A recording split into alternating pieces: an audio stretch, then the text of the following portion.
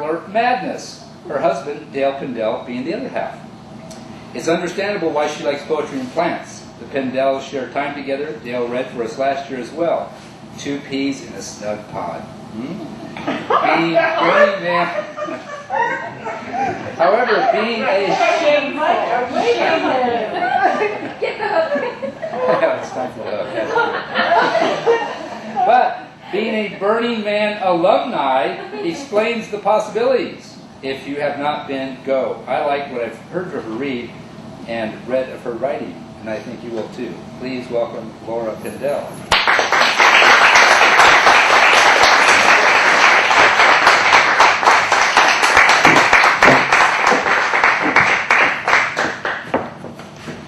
Good help. It's all right. Good. Chris. Woo. Oh yeah. What? Can you hear me? Is that good? No. Maybe a little more. Okay, cool. Is that good? Microphones. That was too close. How's that? You can hear me okay? Yeah. I can't see anything except lights. We're here. Okay, first I want to thank the Nevada County Poetry Series for inviting me to read tonight. Although I am local, I'm not a regular here at the series, and I have showed up at 1 or 2 open mics, and I'm glad that they thought enough of those few poems to ask me here this evening. And I also want to thank those of you who don't normally come to poetry readings, but are here tonight because I'm reading, and I know that you took time away from your schedules and paid for gas, which is no joke these days. And so thanks for coming to find out about that part of my life that some of you don't have a lot of connection with. Last week, a new friend who had seen one of the promotional blurbs said, "I hear you're reading poetry. I'm interested in coming. What are your poems about?" And I said, "I don't know, mostly about a woman's journey." And I guess that must have satisfied her because she's here tonight. 1 or 2 biographical matters. I did move here 8 years ago from New York City. And so a couple of the poems that I'm reading tonight are either about New York or more specifically about returning to New York after 9/11 and after I've been away for a while. The other thing is that I'm going to read one poem that talks about the fact that I kind of came of age during the 60s, and I read that poem a couple of months ago to a bunch of people in Laytonville, and they all got very confused. I'm actually older than I look.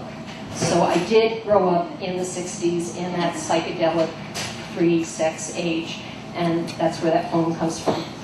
My mom died of cancer in 1993, so there are some poems about her, and I love to write poems that are called ekphrasis, which are poems that are based on paintings. And so I'm going to read a couple of poems tonight. More specifically, this little chapbook that's out there is all based on poems from an artist named Remedios Varo, who was a woman who, I believe she grew up in Spain, but she wound up living in Mexico, and she painted very surrealistic paintings. That said, I'll start.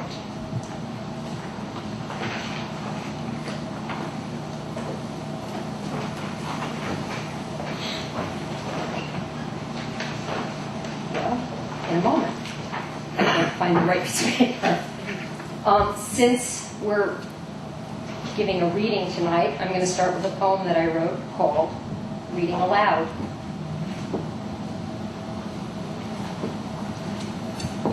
Reading aloud.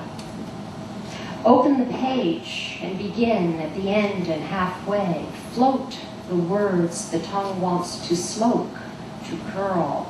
Run the waters the ear wants to echo, to glisten. Speak.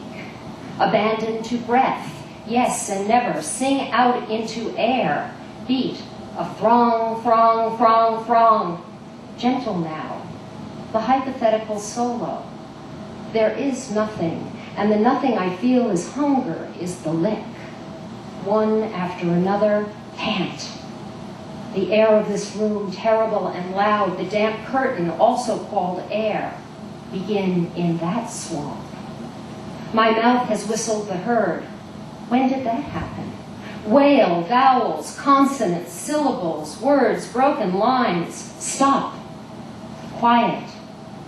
the room, heat and heart speak.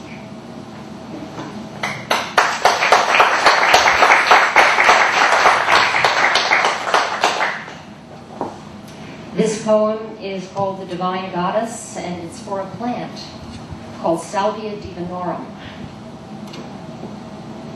Sometimes she is filled with light, sunlight, moonlight, radiant light, rainbow light, sunrise light, sunset light. Call it the kingdom of the oracular. Sometimes she is filled with dark, forest dark, jungle dark, a green so dark it is almost black.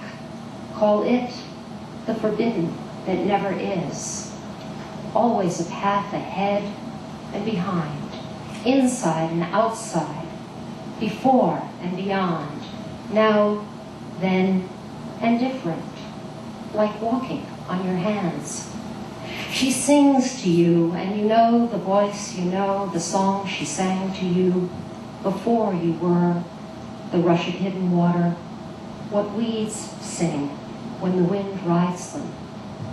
She touches you with soft fingers, caresses the part of you that always asks until there is nothing left to ask, and the world is held together with surface tension. It is being inside her mind. It is being her mind, just now, just then, and just so.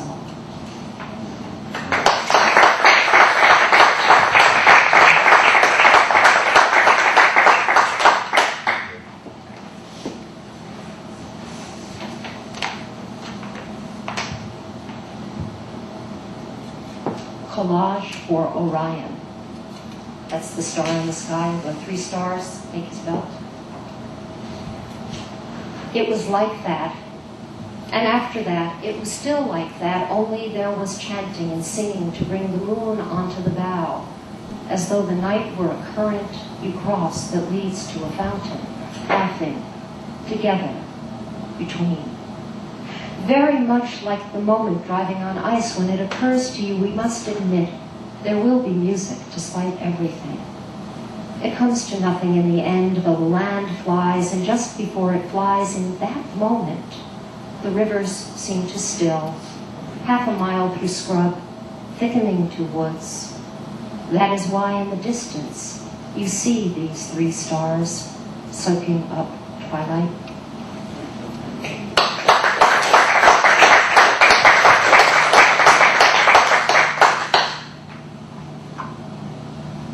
Divination from a bookshelf. In modern times, even streets always go east. Paradise is what we would have wanted. Everything you know is goose music, moth smoke, Orphic storm. The uninhibited fool kisses the hummingbird, mouths a word at the glass palace, hears the heart of the interpreter. A student of weather, worshipping swimming and compass points, the beast understands where he once belonged. Memories of a road, the mnemonic was blue. We were spread, the last place seen, and you were to be the magical one, not me.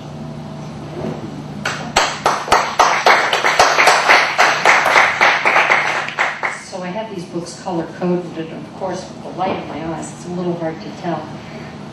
I'm going to read you a couple of poems, 4 actually, that kind of have to do with my mom. The first one is based on a painting actually that Max Ernst did, and he called the painting Swaying Woman, and that's what I call my poem. What holds her here? Not the silver pillars, one on each side, always out of reach. Not the small ochre rock. Clearly she has jettisoned all that ever grounded her. She is as true as a weather vane, the anchor of imagination, the sound of black tubes, a patch of green. Is she resting, clamped, or just stuck? One brave foot points the way, arms outstretched, suspended, off-center, hair hammered, the electric mask. Below, the dressmaker's bodice, soft belly, sex swathed, a French maid's apron, or perhaps Christ's cloth. The axis of geometry instructs, and the mechanics of the universe, stainless and cold.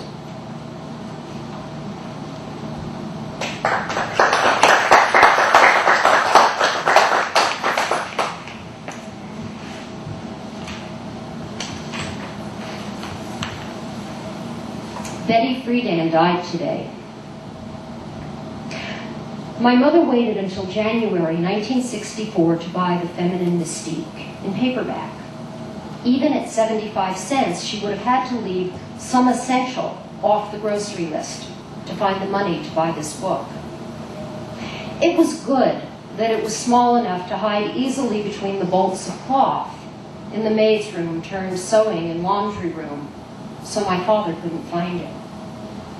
She must have read it over and over, the way women on the subway read their Bibles, her copy dog-eared, well-thumbed, passages that resonated, marked with an exclamation point, blue ink in the margins. 6 months later, she packed up that book, my 9-year-old brother, and me, just about to start my senior year of high school, and moved us out of the 7-room apartment on Manhattan's Upper West Side to her sister's attic in Cleveland Heights, Ohio. Everyone's life turned inside out, upside down. Thanks, Betty. You kept my mother alive, allowed her to thrive the next 29 years.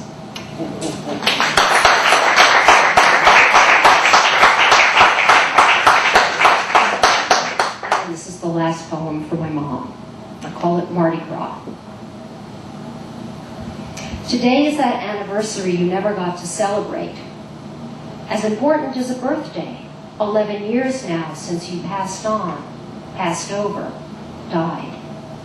I mark it every year, wondering if you reside in some astral layer, if you inhabit a new body.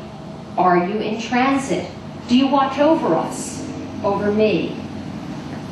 I hope that wherever you are, the breezes are gentle and steady, like they are at Diamond Head, or along any beach filled with shells small enough to collect in the rolled-up bottom of your shirt and bring home. I hope you are dancing a foxtrot or a tango in glam high heels with fishnet stockings and a skirt made of iridescent chiffon. I hope your luxurious hair is piled high in some kind of twist and fastened in place with combs of gold and silver. I hope that your lipstick and nail polish are that deep copper color, and you are smiling the big smile you always flashed when the camera was on you. And that at least you found peace, or Mardi Gras, hibiscus blossoms tucked in your hair, and a Rob Roy held high to the world.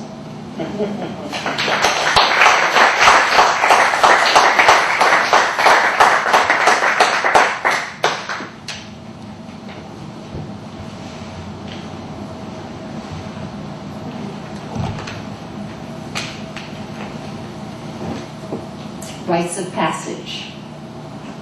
This is about when I was 18.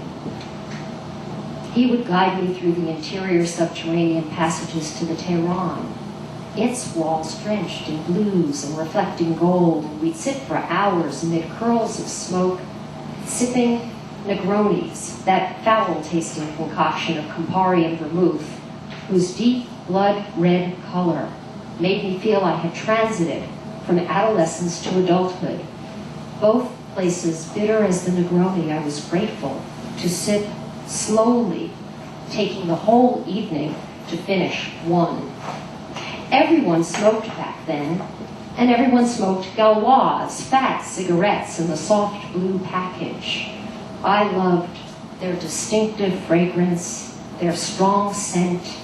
At home, I would light one after another and let them burn like incense, The smoky bouquet of tobacco would overtake the room, and I would lean back into something I did not know yet.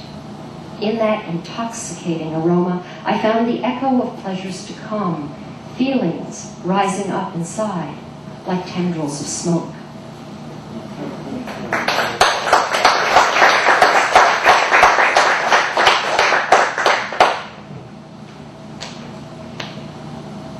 About 2 years later, it was the 60s, and I was in my 20s, slim and lithe, hair to my waist, parted in the middle, of course. All of us girls had little compacts of two-toned birth control pills, and none of the guys carried condoms. AIDS was unknown. It was the summer of love-ins and be-ins and Woodstock, naked bodies slipping and sliding in the mud. We were high a lot of the time, and everyone looked beautiful, wanton, and sexy. And if that first kiss made you melt, well, you knew you were going to do it anyway, so why wait? Why not just do it? With everyone and anyone, their bodies succulent as steamy artichokes, each lover a new leaf, tasting the flesh in your mouth as it ran through your teeth, right to the soft heart, each layer as sweet as the one before and the one after.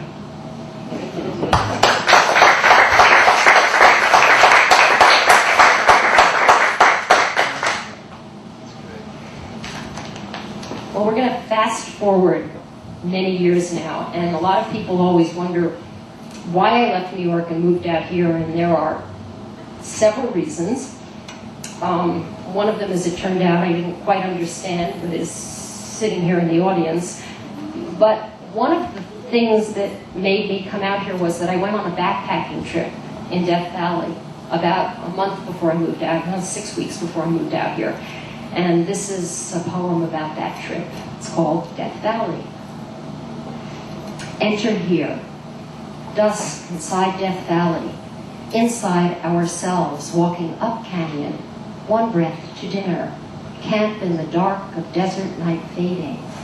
Each day, listen to Juan May's poems, then walk one line apart, together. The same path diverges, returns to itself, a confluence of bodies, one breath. And this road is long and endless before me and behind me, and where I am right now. One stream crossing, another stream crossing. I've lost count. Sometimes alone, or other times songs behind me, songs. This landscape so unanticipated. Cottonwoods, springs, mountains, sand that is not sandy. And all day yesterday the world sparkling, even though I was tired, even though my feet complained, as if I were walking on myself. And this morning, look, a dung beetle, just like a chunk of jet black coal, crawls from its sandy hole, greets the day, just like me. And when we are walking, no rush, destination unknown, you do not need to know where you might get to. There is just the going. Up the hill and across the ridge, a great wind takes us. On this ridge, can we fly without wings? I think so. Then, field of saffron, desert daisies brush us. Later, two rattlers embrace, intertwined like filaments of thread. Diamond-back rope, one pulling the other, upslope. We gather to watch the red tails dance above us. All these things. Soft sand underfoot, and the rocky parts, or where it is hard as mason cement. And when you ask, the answer held gently in your heart. Let it bloom like the after ember in a circle of flame. Even the night's rain will not douse. My heart always open now, never alone. You are with me. You have always been with me. Why is this a surprise? One hand on my heart, the other in yours. Listen for the owl in the early hours of morning. We are sand walking, stone walking, water walking, Sunwalking.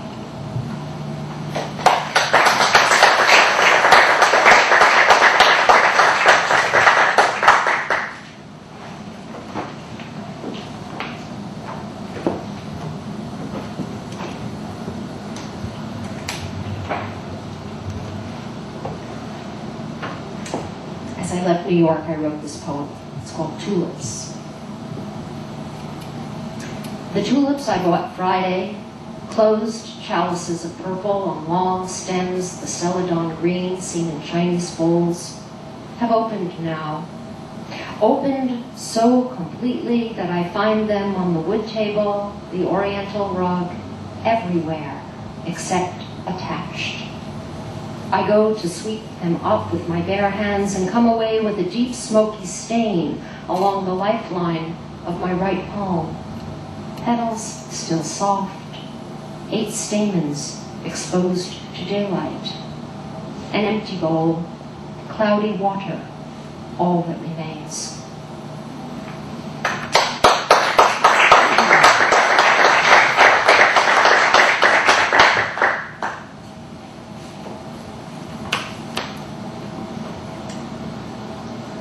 The first time I returned to New York after living here for a couple of years, it was after 9/11, and I actually went back to New York to join a poetry workshop that was being held over the weekend with all my old New York poetry friends. New York City after 9/11. Lying in bed, I tried to dream out the laughter next door, then worried that it was my music that was too loud. In the morning, I woke and wanted the room to be a cavern of lights, but instead it was green for go, so I went uptown to the smell of coffee and the scratching of inky pens on paper, the sounds of shifting bodies, the sighs and cramped hands and pages turning, words spilling out the way night jasmine spills out into the inky dark of night where I live these days. I thought of wearing cowboy boots and a juicy red shirt, but wore faded jeans and my old black shoes, which make me taller but rub my heels. And since here everyone still walks places like they did 100 years ago when the Dakotas stood solitary in no man's land, I needed shoes I could walk in, and I still hadn't walked to ground zero or seen the blue shafts of light, which were the ghost towers for the vanished twins. How would I remember to look south and up into the sky later tonight when it's so muggy here and crowded? And then on the way downtown, waiting for the A train, the cops stopped to ask 4 jazz musicians to keep it down. And the gathered round crowd would have jeered, but you don't do that right now after 9/11, I guess. So the leader stopped for a moment while the guy playing bass strummed a melody line.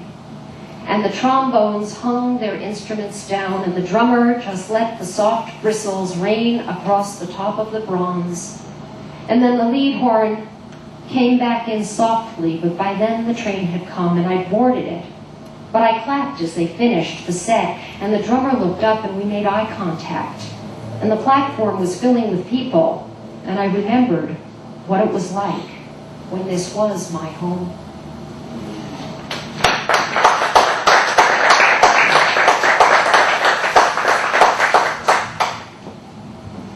Aphraxis is based on 11 paintings by Remedios Faro. I'm just going to read each poem one after the other.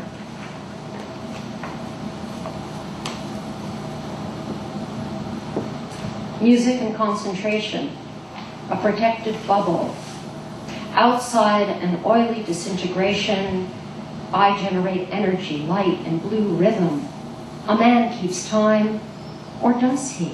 I've turned my back, he's covered his mouth, he moves his feet, I move my hands. We travel together through the muck and the trouble. Airborne, translucent, ethereal, running, leaping, soaring, slipping through vapor, above the cry of the earth. Voice of the void, the air holds me, phantom of suspension. All becomes ordinary. I sing songs of the night, defy the force that held me in place. This is the unbound dance. Beyond the summons of others, I am this body. Once again, the world is created anew. Stars return to the sky, people and animals to the land. There is river, ocean, and forest. One house remains. It is the place of saved things, flight and fur, horns and hooves. On cobblestones, people wait by the river of memory. They must choose how much to remember, how much to forget, and they are standing there still. I have caught the moon, netted her from the night sky. We will travel together everywhere. Look how she illuminates my gray draperies, how they open, the invitation issued, the voice attended to, the time of contemplation, fractured breathing, the seeding of speech, the opportunity of song. The crescent moon is doubled. Everything is either broken or torn. Welcoming flowers have gone to seed. Here is the scarlet octagon. Each wall shows a way in and a way out. Here is the silver bowl of inner reflection. The journey has returned what was taken without permission. She will count the tiles, tend the plants, mend holes, remember what she already knows. How to make green from brown, reclaim the gold. A shaft of phosphor is medicine for grief. I listen for red bird song, one string at a time, simple tunes, flush sun from strings. I am the body, you are the bow, back and forth, we create the opus. As she sits, her hand distills the memory world, captures its essence as it vaporizes, condensing to amber, drop by drop. A checkerboard envelops her. Existence begins above the brow, embedded in follicles, reflects remembering. She is both the board and the piece. She creates all that she has.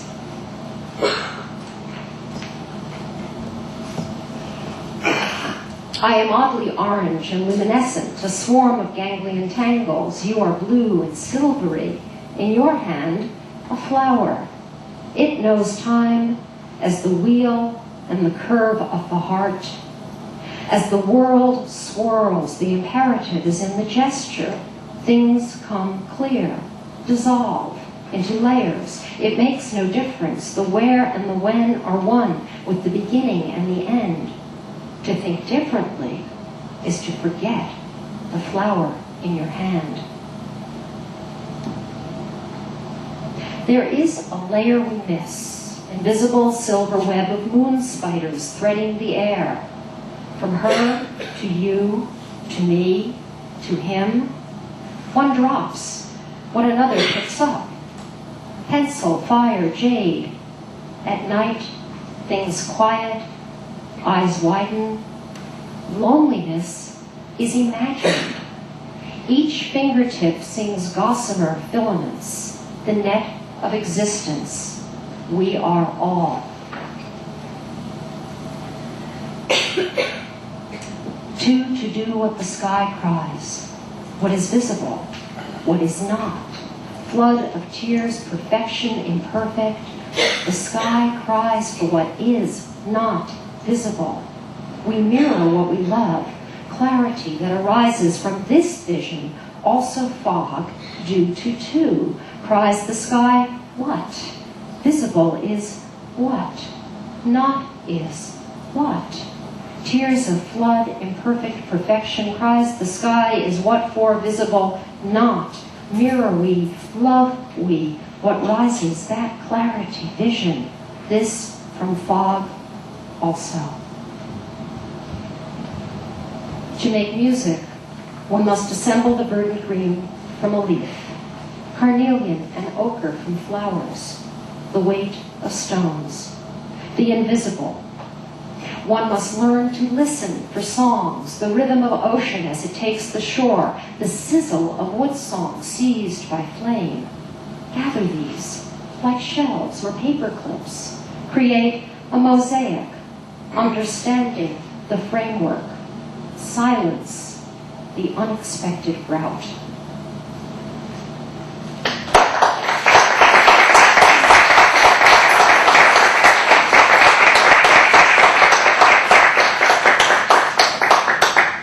And the last thing I'm going to read for you this evening, if I had to give it a title, I would give it a title called Starting Over, but I'm not quite sure about that part yet. It's new, and it's new for me. When she arrived, she was like an immigrant, or perhaps a large white migrating bird blown off course. She had a past but no history. She remembered lectures, the proper way to behave, and asked, "Why am I afraid to trust my imagination?" as she set up house, counting each noodle in her bowl before putting it in her mouth, finding herself in the strange position of having to decide once and for all what she wanted to eat, when to wake up, when to sleep. She moved as if underwater for months. She discovered that she did indeed have hands and feet, and even made up a secret name for herself. She did not write home or talk to anyone except one woman at the store who reminded her of someone whose name she'd forgotten. At first, her sleep was without dreams, except for the familiar one where the world was made of metal and black tubes ran through the air. She tried to set up a routine, but failed. Each day was different and new and strange. Nothing gave her comfort. She was grateful for the mornings when sleep departed slowly, and she could linger between dreams and daylight, savoring stories the night brought. Some mornings she woke while the sky was still gray and lay quietly, asking the sleep merchants to let her buy one more hour. But they were only selling to those still sprawled in dreams. "I need dreams too," she cried. But they barred the door and did not answer her knock. What comforted her was a blanket she found lying on a rock one morning when she went out to walk in wet grass. She swept the path with an old broom turned the color of ash. Somewhere she knew there were steep steps and paper grocery bags filled with seawater and jellyfish, but they were not here. She began to take things to the stream, watching them bob and swirl and disappear on their own journey to nowhere she knew. She was like an immigrant. She would have wandered the streets, but there were no streets to wander. So instead, she began to read. Not books, there were no books, but letters. She would draw a letter on the inside of her arm or her cheek, take small pebbles and arrange them in the shape of an A or a C on the porch. She sat like a ghost in the garden, letting the mists travel through her, letting her spirit mingle with the air as if invisible, as if her breath was one with the currents of air. That still, she was like an immigrant. Everything that had happened before was a kind of blue, and even that disappearing, like the frost in the morning evaporates as soon as the sun makes it glisten. She wondered, if she listened hard enough, would she be able to hear where it goes?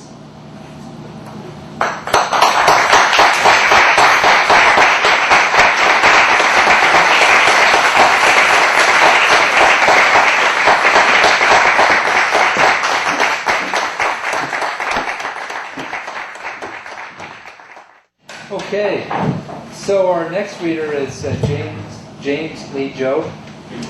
I met James in the late 90s. The new millennium. That sounds like old men memory stuff, you know. Oh, yeah, I remember the 90s. Yeah, the 90s, they were great. The 90s. Back in the 90s. I'm back in the 90s. So anyway, but I had heard him before on the Eagle, 96 Rock. But I didn't know him then. So I've been fortunate to watch James grow as a poet every day, of events and emotions that we usually take for granted as ordinary stuff. James infuses meaning and emotion in his poems that lift us up to experience them as unique, rare gifts of being alive to celebrate these events, the stuff of which life is made of. His poems, mostly prose poems in story form, are alive with a little twists and turns that catch our minds and hearts of what we most enjoy out of life, living and remembering the good times and the solid lessons we needed to learn. I think that's what I like most about James, because there's always kind of like this little twist of a lesson that we needed to learn, or something we didn't really think about, but all of a sudden there it is right in front of us. James also published one of my poems in his August 1997 issue of One Dog Press, a fine little anthology he edited for several years in the 90s from his home in Davis. So please welcome James Lee Jobe from Sacramento.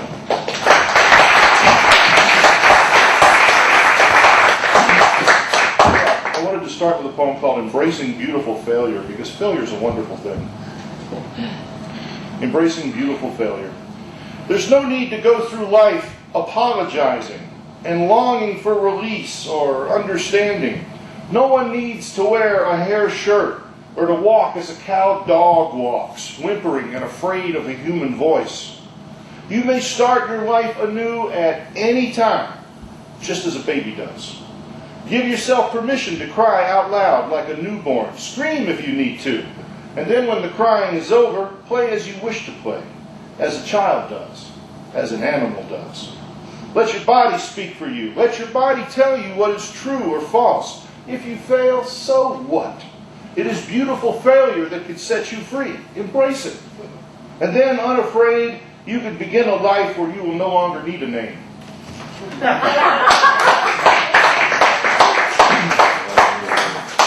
I took a workshop writing poems around the Mayan book of creation, which is called the Popol Vuh. And what you really have when you have the Popol Vuh is you have the English translation of the Spanish translation of several hand-copied translations of the Popol Vuh. So, still the poet giving it was Maria Melendez, who I admire a lot. And a lot of the terminology in this poem comes from the Popol Vuh. This is called creation, beginning to beginning. The sky was set apart and the earth was set apart in the midst of the waters.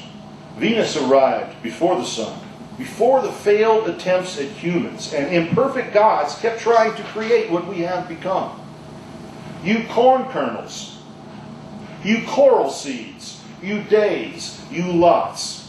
May you succeed, may you be accurate, may your lines continue without end, your names remembered, you planters, you sowers, you builders, you mountains, you dreams. May you breathe easy, sleep at peace.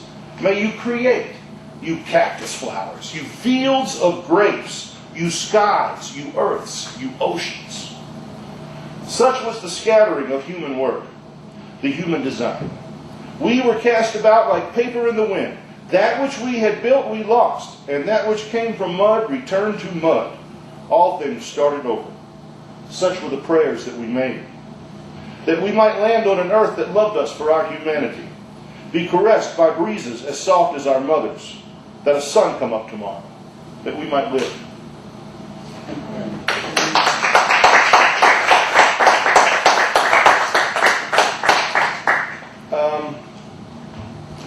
When Juan Ramon Jimenez won the Nobel Prize for Poetry in the 50s, he did not have a book published in English in America, which is kind of why I wrote that. What's up with that? This is called Juan Ramon Jimenez, The Earth and the Human Body. I listen to the ground. The earth says things that I can hear through my body. There are some words I can feel. Words fall in a certain order when spoken by the ground. The ground has become my friend. I trust the words that I feel much more than the words that float in the air. I'm sure that airborne words belong to the wind. Across the storm of the first half of my life, I have come to believe in the ways of my body. Juan Ramon Jimenez went to New York City to marry. His fate was in his shoe leather as he walked the streets of Harlem, and his poems were as light as balloons, as light as a lone peacock feather. If the telephone rang, he would answer, "Juan Ramon is not home today." Jimenez would not speak to the reporters when he won the Nobel Prize. His beloved was ill. After she died, Juan Ramon stopped writing poems, and he died too. I love the ground like I love my aging body. Like I love the dream, I keep a secret. I don't have to speak of my dreams anymore. The great one keeps me in a constant state of remembering. Little reminders come through the ground. I put my long feet in the grass and feel the hope seep through my wet socks and chill my fat toes. If there are words on the wind, I ignore them. Man of the earth, man of the human body. And then as we do that, they would come, will you grant an interview? And say, you want to interview somebody? Why don't you interview my wife? How about that? I like that guy. Last request. One of the things about aging, when you're young and you think about how you're going to be when you're older, you think about, my parents will die, your parents will die. But you don't, at least I didn't, think about every older person that you know. It's funeral after funeral after funeral. And in the midst of this, I started thinking about what I wanted them to do with me. Last request.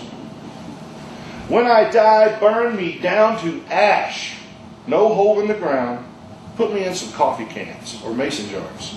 Let everyone forget me. Then carry me up the middle fork of the Yuba River. Spread me all up and down with the manzanita, the ponderosa pines, up there with the ghosts of the Maidu, the ghosts of 49ers. I'll tell them my poems, hear theirs. Have long, long walks in snowy winter. Spotted owls and rattlesnakes will know me. Dragonflies and big-eared bats will greet me. My ashes one with the River King.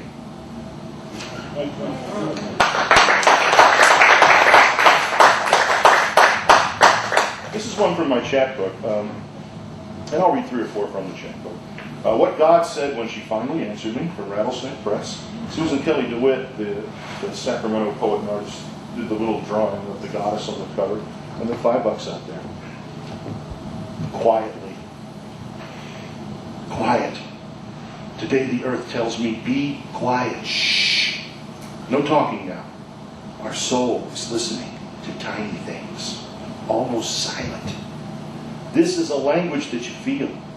Our soul, says the earth, hears every little sound.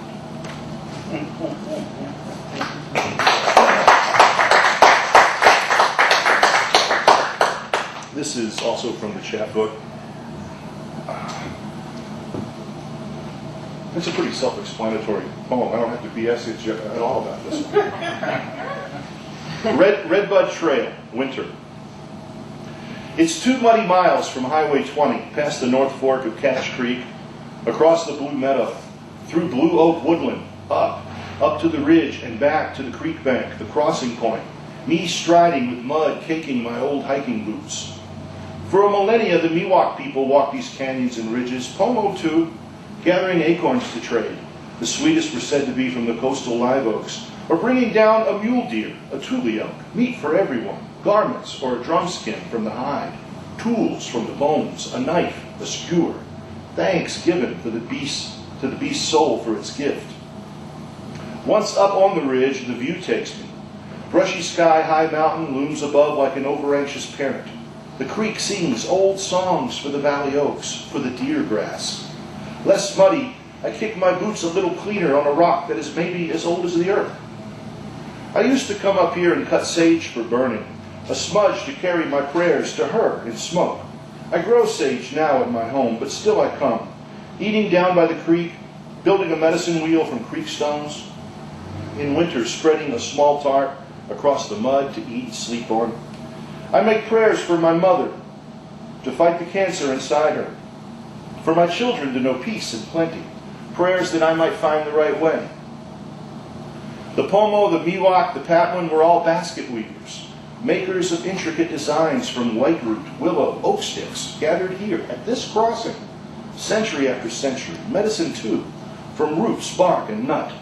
Prayers and songs offered up, thanksgiving, here. Medicine that healed the hurts the earth caused, but could not ward off the diseases the Europeans brought. The people died by the thousands. Where are their spirits now? At peace with the creek, I hope. I send a little prayer to them too. I take an apple from my pack, bought at a Davis, California grocery store where the Patwin village, Putatoy, once flourished. Children ran and played, families grew, they're all gone now. There's a little opening at the base of a valley oak.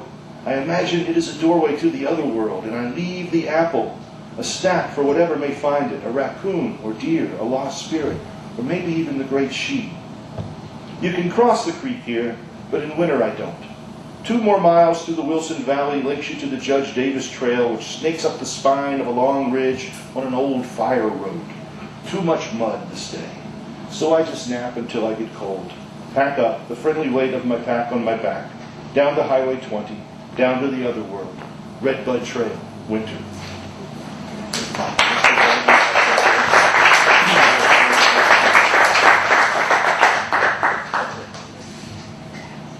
Sprout. It could be valley oak or snapbean, elderberry or cattail rising out of the creek. All began the same. A spark of life inside. The need to be, coaxing their will into action. Seed and pod, nut and bulb, cajoled, awake, called by the warmth of the sun, moisture in the soil, swelling them, filling their hearts, beginning the slow push against the dormancy of the husk. The earth itself helps, offering its richness to eat, till one by one each plant claims a soul and bursts free into the air, breathing, giving breath, living in the sweet light of the distant sun.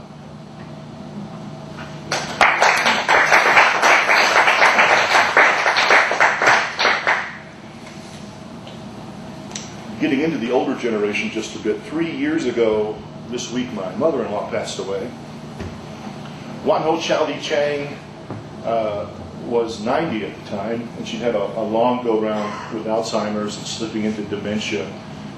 She forgot English, even though she had a PhD. She came over to America in 1938, and they didn't recognize her doctorate from China, so she got herself another one. She was about 4'10", and she loved to wear bright orange. And I wrote this poem for her funeral, but it's not as morbid as that sounds. It's in the form of a letter to Wan Ho. The starlight, the moonlight, the beautiful warm sunlight. Dear Wan Ho, as humans we are fortunate, we love. As beams of light we know a sort of immortality, we grow across time. As spirits living in flesh we touch both worlds, and always we move on. We become that mist of memory and dream, starlight, moonlight, beautiful, warm sunlight. Chao Wan Ho, beloved mother, devoted wife, loving sister, cousin, aunt, great friend, and charming companion, you were always so light. Fly up now. Your spirit is too large for so tiny a body. Step free. Join with the starlight, the moonlight, the beautiful warm sunlight. You were always so generous. The next world, full of light, was for you. I say goodbye, Wan Ho, but only for a while. I know where to find you. You are a part of the light that I live with. You are one with the great everything, life itself. The starlight, the moonlight, the beautiful warm sunlight, that is where I will keep my love for you, gentle mother, in the light. And we shall meet again, bathed in beautiful light.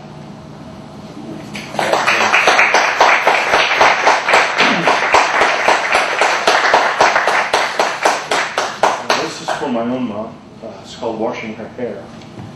And you can hear a little bit of Baltimore coming there. Washing her hair. You gonna wash?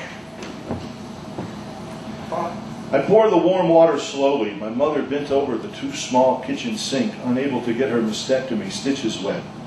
And I work the water into her thin gray hair with my fingers, feeling her head in my hands. Once we were one body. Today we are connected by the washing. And as I lather her, I feel as if I could wash all of her 75 years of living.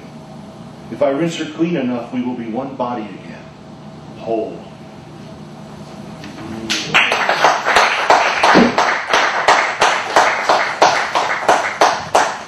What are the stars?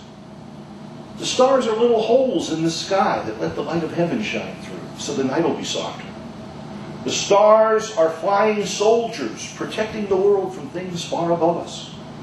The stars are maps to our souls, and once you open these maps, you never close them again.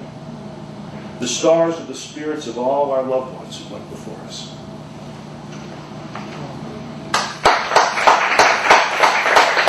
I can't put all the star and moon poems in one hunter. This is, I don't actually say so in the poem, this is actually a poem dealing with my insomnia. What I did in the moonlight. I planted my grief in freshly turned earth. A tree grows there now. You should see the size of it. I filled my wheelbarrow with all my pointless regrets. I put them out by the curb. A truck will pick them up on Thursday. I spent some time following my cat. She led me all around our yard, stopping to rub her face in mint. I rubbed my face in the mint, too. The moon shone on and on, climbing higher above the park across the street. Who can stay awake longer, I asked her, as she began her long arc down.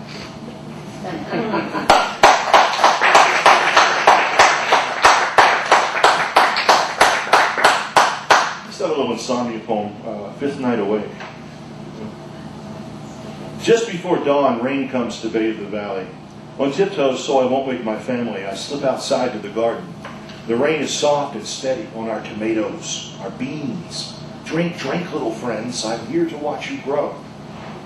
A red streak dresses the eastern sky. Rain eases off into a breeze-born mist, kissing the upraised arms of my early corn. I raise my arms, too, to the sky. Drink, drink, James, I'm here to watch you grow.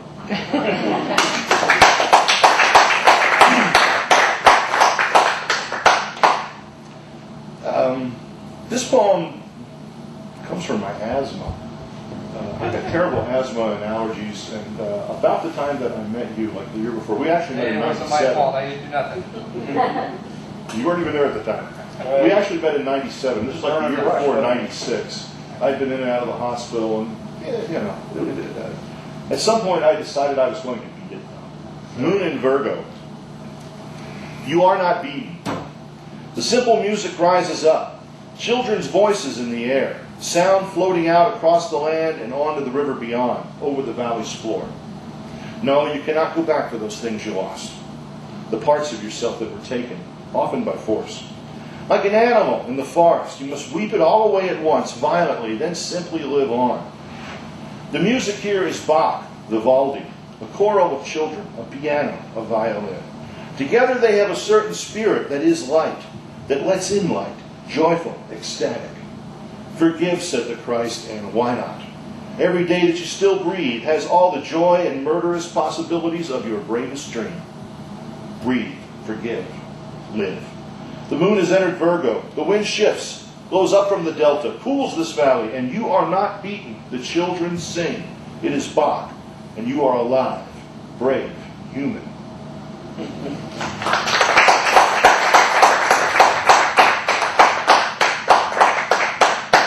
Lunch.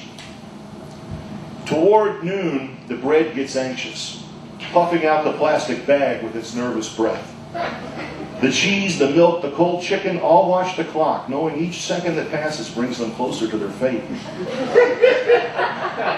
The man approaches. His hungry footsteps grow louder, come closer, stomping almost. The jello quivers in its bowl, a frightened child. Soon, my friend, it will all be over.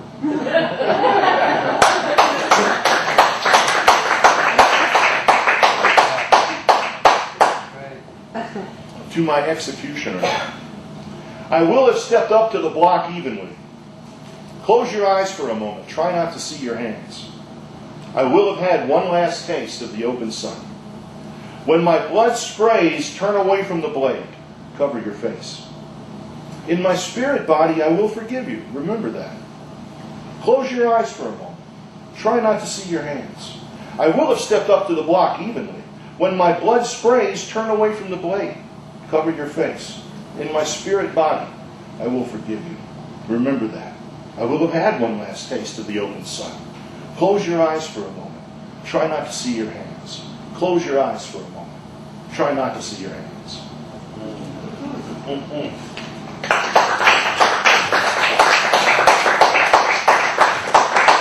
My son is 15. He's 6 foot tall with size 13 feet and has a punk rock band. And at school assemblies, you know, like an assembly is kind of like at a poetry reading. Quite often from where you're at, what you really see is the back of a lot of people's heads. Everyone in my son's band has the longest hair in their entire school. But once he was much younger and still listened to me. This is called climbing up.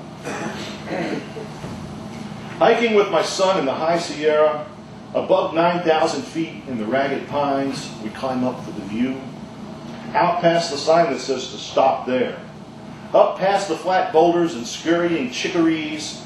Up, leaning hard on our staves as we go, past the pine tops, till vast Nevadas and immense Californias lay over our shoulders like Grandma Job's old Sunday shawl. Lake Tahoe lay below us on one side, the whole Carson Valley on the other. We kept climbing until we were equal with the whole Sierra, modern-day John Muir's, to look those mountains right in the eye. Up the final scree, out of breath, my young son wide-eyed at the terror of the space and the beauty of the world. We looked out and I whispered to him, "Remember, remember." But we didn't stop there. My son Will and I climbed right up the side of our lives, into the cool blueness of the sky. We climbed from cloud to cloud. The clouds were our ladder.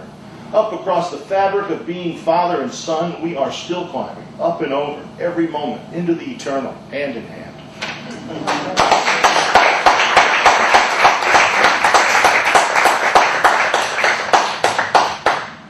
Wife. Singing out loud in the supermarket, even dancing a little. Looking at flowers, pets, and children exactly the same way. Owning 100 things that are purple. What I did in other decades has faded. Previous lives don't slow me anymore. I am a man I could not have been. Snoring under blankets with her feet sticking out. Little songs in the garden. This life we have together.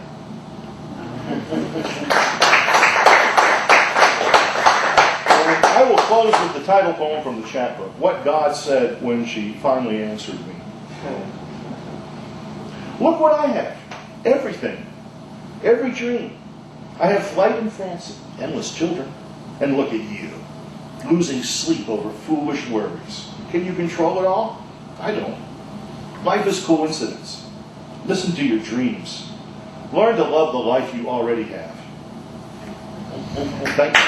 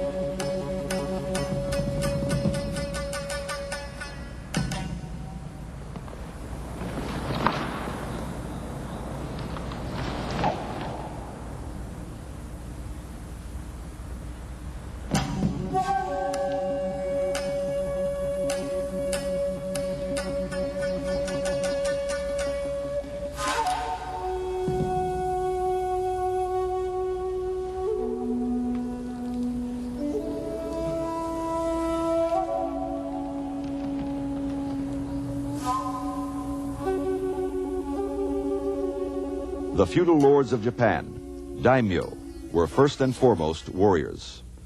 The primary obligation of their lives was maintaining constant readiness to do battle on behalf of their overlord, the shogun. The sword, accordingly, was the principal tool of the daimyo's métier and symbol of the values by which he lived. The Japanese longsword is both a lethal weapon and a work of art. Inscribed with the name of the swordsmith who forged it, and with its own name and provenance, a longsword like this one, a national treasure, was passed down through warrior families for generations, accumulating its own legend over time and a distinct personality known and feared by enemies who had to test themselves against its edge.